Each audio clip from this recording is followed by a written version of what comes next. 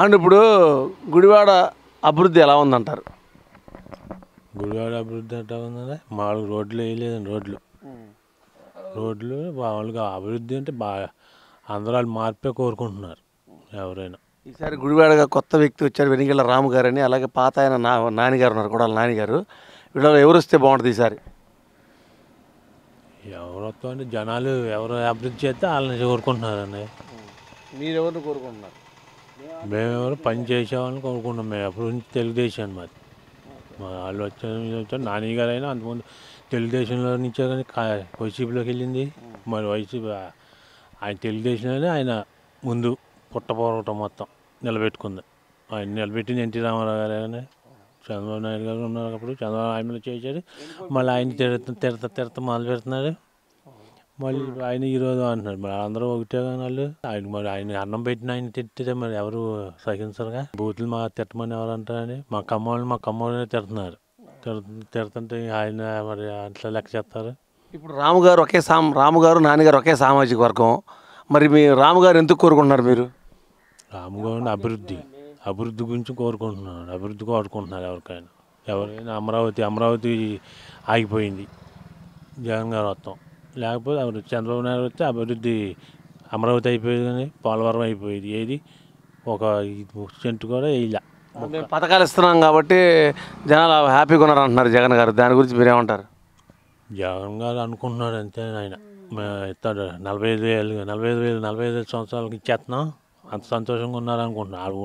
ఉన్న వాళ్ళకి ఒక ఇంట్లో వాళ్ళకి ఒకరికి అందుతుంది, వాళ్ళు సంతోషంగానే ఉంటారు. మిగతా అభివృద్ధులు వాళ్ళకి ఉన్నవాళ్ళు పొలం ఉన్న వాళ్ళకి అభివృద్ధి కావాలని కోరుకుంటారండి. వాళ్ళు మరి గోళకండి వాళ్ళు మాకు అవ్వట్లేదు ఏమని.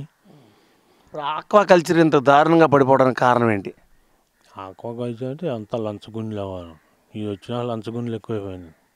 రూపాయి జగన్ గారు ఏమంటే ₹2 వస్తే నాకు రూపాయి నీకు రూపాయి అని ఇమ్మంటున్నారంట. మరి వాళ్ళని ఎక్కడికి తెచ్చిస్తాను. అందుకని వాళ్ళు కొనట్లేదండి రేట్లు. కరెంట్ రేట్లు అంతకుముందు సబ్సిడీలు ఇచ్చేవాడు మొత్తం, ట్రాన్స్ఫార్మర్లు మొత్తం. ఇప్పుడు సబ్సిడీలు తీసేవాడు మొత్తం. ఒక ట్రాన్స్ఫార్మర్ డబుల్ రేట్ వేసి కొనాల్సి వస్తుంది. అప్పుడు సగం రేట్కి ఇచ్చేవాడు చంద్రబాబు నాయుడు.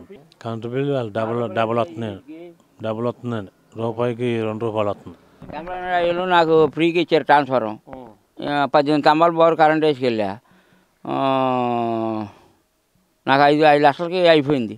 వాళ్ళు ఇక్కడ స్తంభం తీసి అక్కడ ట్రాన్స్ఫార్మర్ అయితే 5 లక్షలు 10 లక్షలు. అప్పుడు ₹1.5 కదండి, ఇప్పుడు ₹4. మరి తేరలేదా? లాస్ అవుతున్నాం. మళ్ళీ ఈ చెల్లు కూడా కలిసి రావట్లేదు. పీడి పరిస్థితి వాళ్ళు ఏం రేట్లు తగ్గిరు.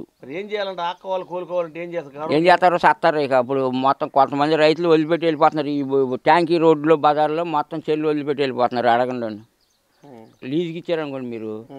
ఆ లీజుకి ఇచ్చిన వాళ్ళు చేయలేక 2 సార్లు పోయినాయి. నెలకి వదిలిపెట్టి వెళ్ళిపోతున్నారు చెరువులు. ఇప్పుడు వర్మ గారు అని 4-5 వందలు లేకుండా చేస్తున్నారు మా పక్కనే. ఆయనతో పాటు తెప్పించా పోనీ ఈ పిల్లంతా బాగట్లేదని.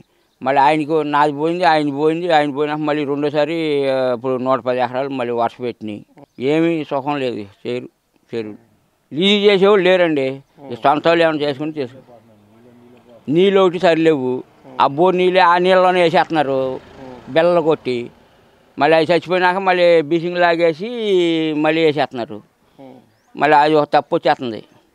నాకే వచ్చింది 2 సార్లు ఆ నెలలో. మళ్ళీ 3ఓసారి రెడీగా ఉన్నాను. మళ్ళీ లేదు. Please like and subscribe eagle Andhra.